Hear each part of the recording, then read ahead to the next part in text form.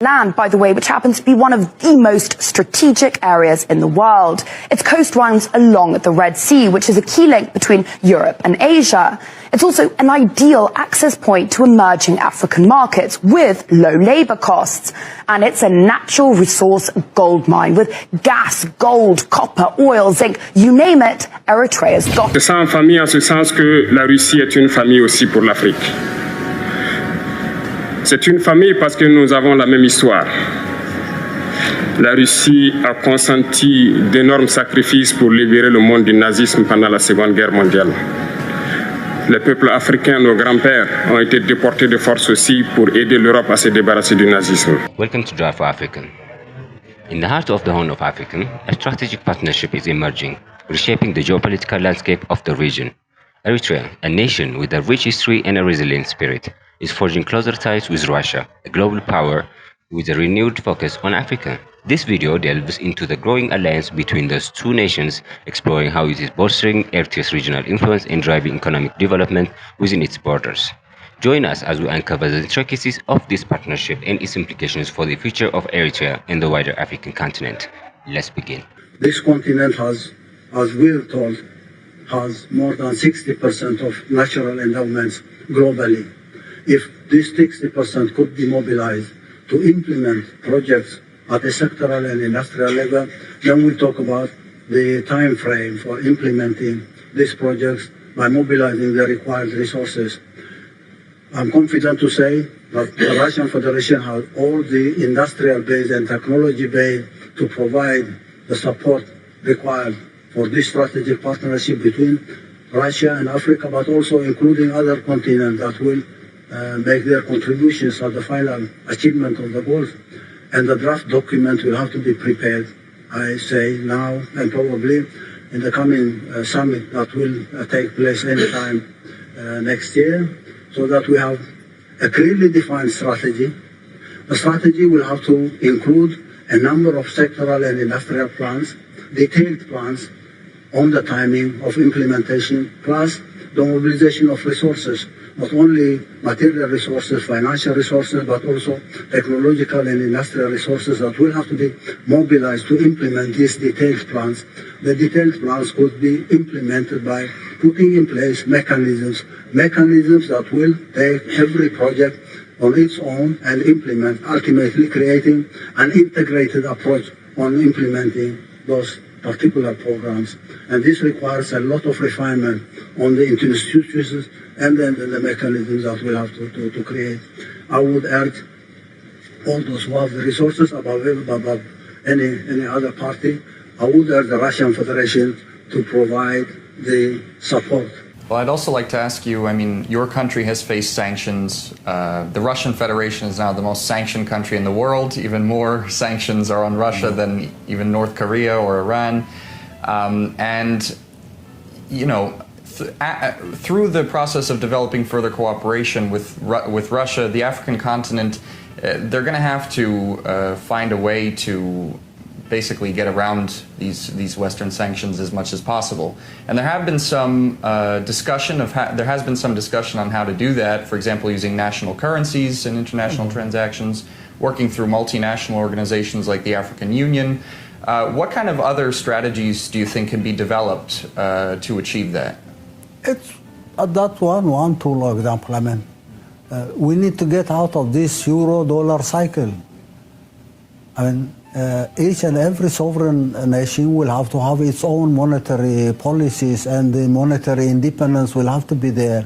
If global architecture of monetary system is controlled by these hegemonistic forces, definitely it is going to be a tool available to these guys to impose sanctions here and there. And we need to get out of that. And it's one of the sectors, one of the areas that global effort will have to find a solution. Africa, Latin America, Asia, Europe, name it.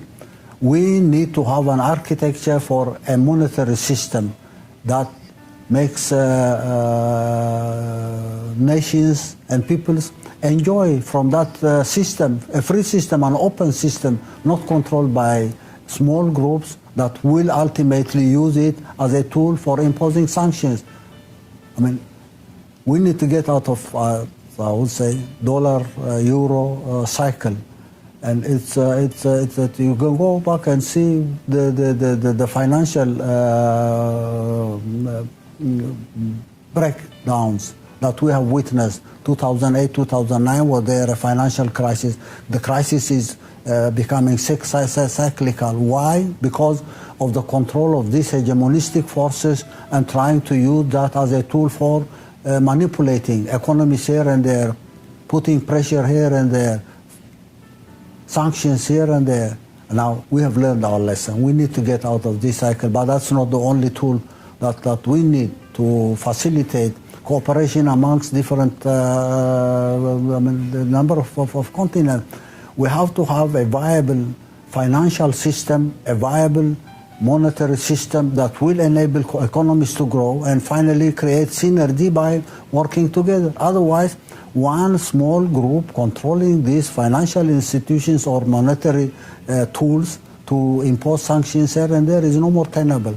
And we'll have to find a solution for that. And yeah, debts here and there, obstacles here and there, but ultimately designing a strategy or working on a strategy that will benefit everybody else and allow everybody to make his contributions in going forward is an imperative. It's an imperative that we have to work on seriously. And experts will have to come and find or design a structure that ultimately will extricate people of the world to liberate themselves from the domination of one small group controlling these institutions globally. The land, by the way, which happens to be one of the most strategic areas in the world. Its coast runs along the Red Sea, which is a key link between Europe and Asia. It's also an ideal access point to emerging African markets with low labor costs. And it's a natural resource gold mine with gas, gold, copper, oil, zinc, you name it, Eritrea's got it. For hundreds of years, foreigners have come to mine the mineral riches in Africa. But few ever ventured into this corner of East Africa, into a tiny country called Eritrea.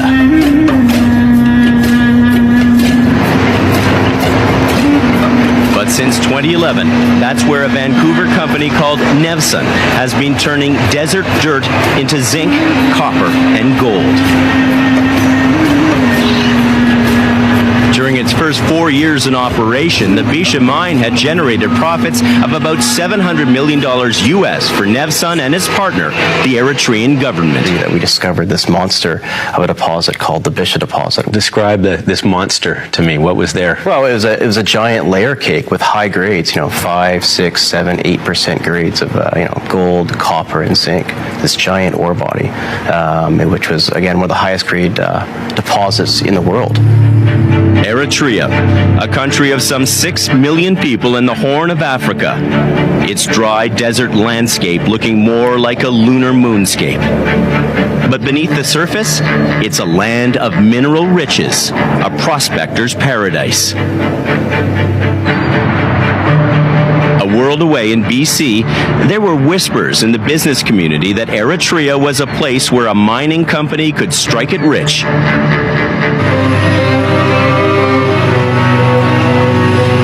13 years after first surveying the desert, Nevsun hit pay dirt. In February 2011, the gold started to flow, and so too did the money. In that first year of production alone, Nevsun reported revenues of $548 million. The company had now joined the club of Canadian mines making millions around the world. Contributed almost $2 billion to the Eritrean economy. $755 million has gone to the government, and that's gone to deal with poverty reduction, the building of community infrastructure, new hospitals, new schools.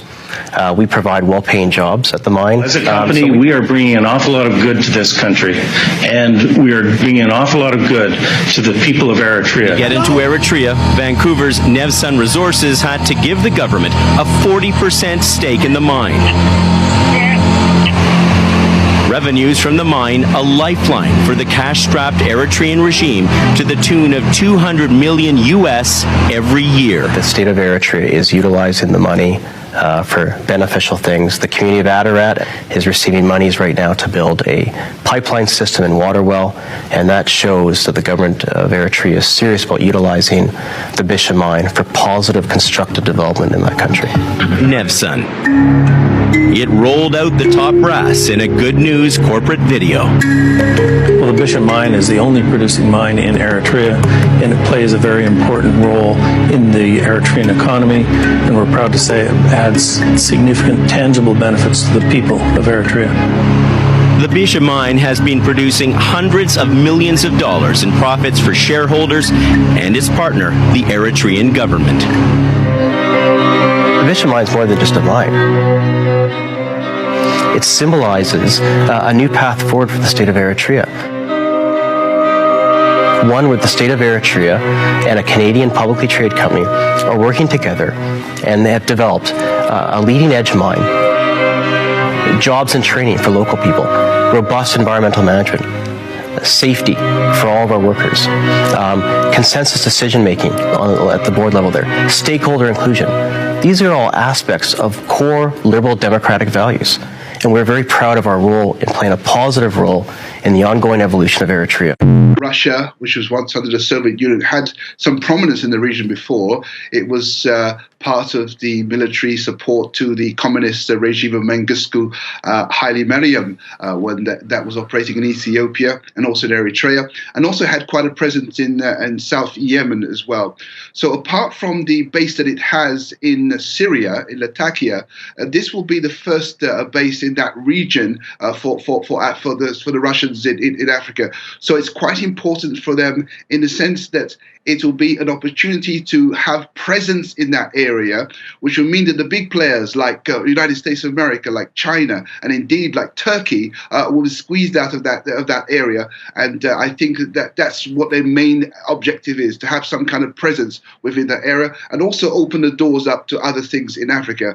Now, for Sudan, it means that a country which has been in war for 30 years, it's depleted its resources when it comes to the military. It's desperately in need to get away from the sanctions that have prevented it from establishing itself. And so therefore, it's going to be a chance for this agreement. Russia's not going to pay any rent for the military base. It's going to provide Sudan with the weapons that it needs and with the military regeneration of the military. On se sent en famille en ce sens que la Russie est une famille aussi pour l'Afrique. C'est une famille parce que nous avons la même histoire. La Russie a consenti d'énormes sacrifices pour libérer le monde du nazisme pendant la Seconde Guerre mondiale. Les peuples africains, nos grands-pères, ont été déportés de force aussi pour aider l'Europe à se débarrasser du nazisme. Nous partageons la même histoire en ce sens que nous sommes les peuples oubliés du monde. Qu'ils soient dans les livres d'histoire, dans les documentaires ou films, on tend donc à balayer le rôle prépondérant qu'a joué la Russie et de l'Afrique dans cette lutte contre le nazisme. Pour ce qui concerne le Burkina Faso, aujourd'hui nous sommes confrontés depuis plus de 8 ans à la forme de manifestation la plus barbare, la plus violente du néocolonialisme, de l'impérialisme. L'esclavage qu'on tend encore à nous imposer. Nos dévanciers nous ont bien appris une chose.